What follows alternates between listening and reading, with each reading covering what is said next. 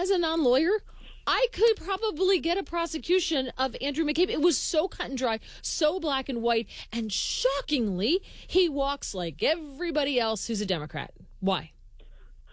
Well, look, I think obviously I agree with you that it was a pretty compelling case. I thought that when the Inspector General released his report, which was scathing, I point out in my column that you were kind enough to mention that the Inspector General has kind of bent over backwards, in my mind, in these very lengthy reports about the Hillary Clinton emails investigation and the Trump-Russia investigation, the ones we've seen so far, some like 900 pages or so of reports.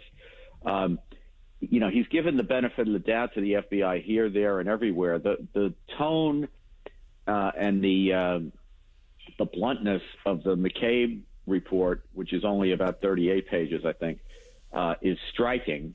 And that's because the evidence was so clear that I think he, as the Inspector General said again and again, gave demonstrably false testimony.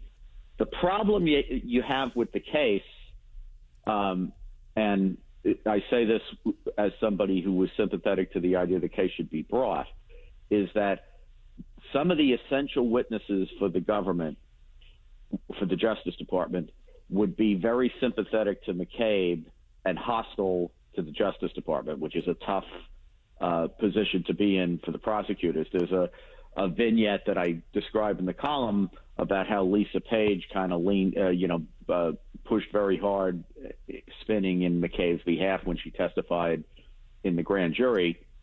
I think the defense she offered up for him was absurd, but the point remains the same. It's hard to prosecute a case when, the main government witnesses are hoping that the defendant gets off.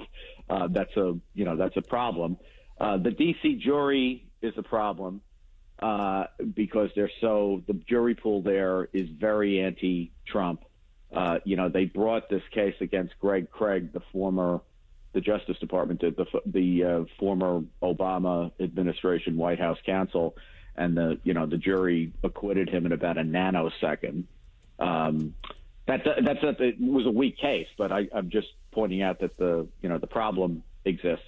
And the other thing that would have played out in this case is there's a lot of evidence that the Justice Department and the FBI took retaliatory action against McCabe. This isn't to say that he didn't deserve to be fired, but they fast-tracked his firing in a way that affected his pension and what looks like in a way that violated the procedural rules for terminating someone.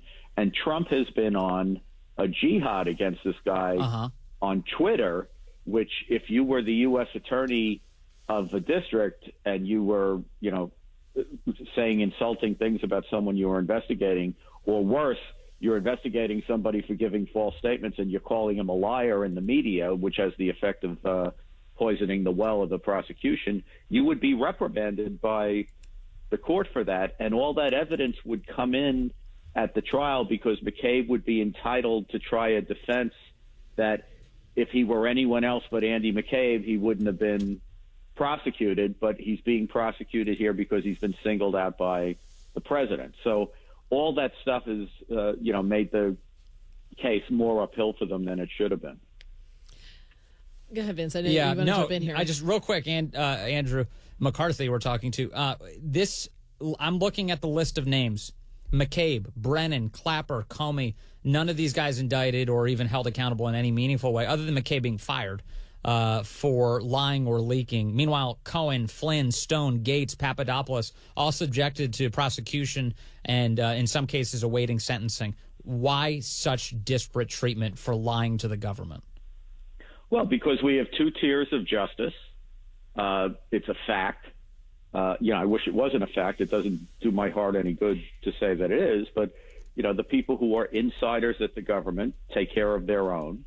And that's what's happened here. Now, I don't completely agree with your assessment that nobody's been held accountable, because I would point out that, for example, nobody in the FBI and even the Justice Department who was involved in the Trump-Russia investigation or the FISA surveillance of Carter Page, nobody has a job there anymore. Some of them were fired. Some of them were removed. So I think that matters. Yeah. Although they didn't have their doors kicked in. Although I'll point out they didn't, like Roger Stone, have a police raid on their house with boats behind the home and an automatic weapon pointed in his face. I think there is a difference in the way they were treated. And so many FBI cars outside that CNN almost couldn't find a place to park. Yeah, it's wild. Andrew McCarthy, I'm so sorry we have to let you go, but we're out of time. But I know you'll keep tracking this. A great piece in National Review this week. Why wasn't Andrew McCabe charged? Please read it. It's very good. Thank you, Andrew.